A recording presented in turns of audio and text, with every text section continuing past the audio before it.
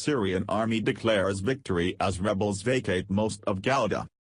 The Syrian army declared victory in eastern Ghouta Saturday after opposition fighters evacuated from most of the area near the capital except for the town of Douma, where negotiations are still underway for rebels there to leave or face an all-out government offensive. The government has given rebels in Douma, the area's largest town and stronghold of the powerful Army of Islam rebel group, an ultimatum to agree on leaving by late Saturday. Some pro-government news websites reported that the army is massing troops around Douma, adding that the ultimatum may be extended until Sunday. The army statement came shortly after another group of opposition fighters and their relatives left southern and western parts of eastern Ghouta Saturday afternoon, bringing President Bashar Assad's forces a step closer to eliminating threats from insurgents groups nearby.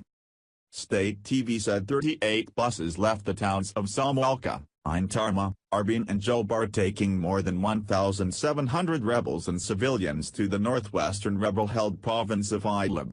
The channel said troops entered the towns and raised the national flag in Arbin's main square.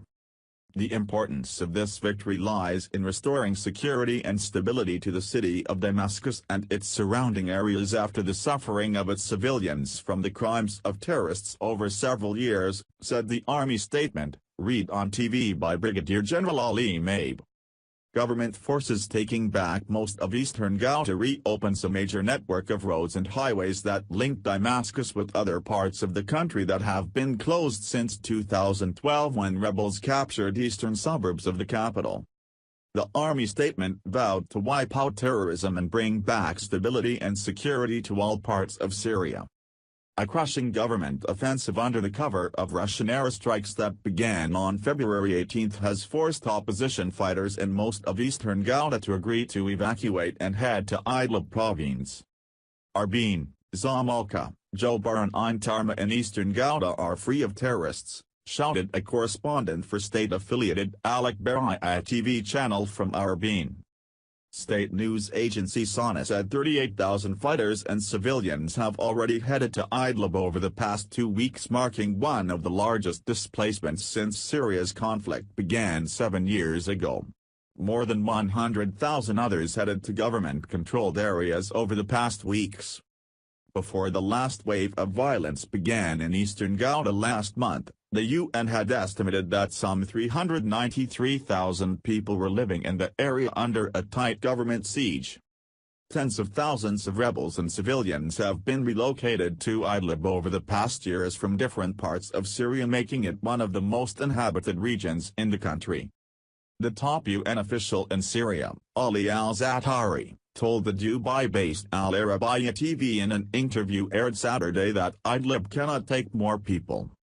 The Britain-based Syrian Observatory for Human Rights reported that a vehicle carrying evacuees from eastern Ghouta had a road accident in the government-held village of Ner al-Baird, leaving 5 fighters and 3 civilians dead.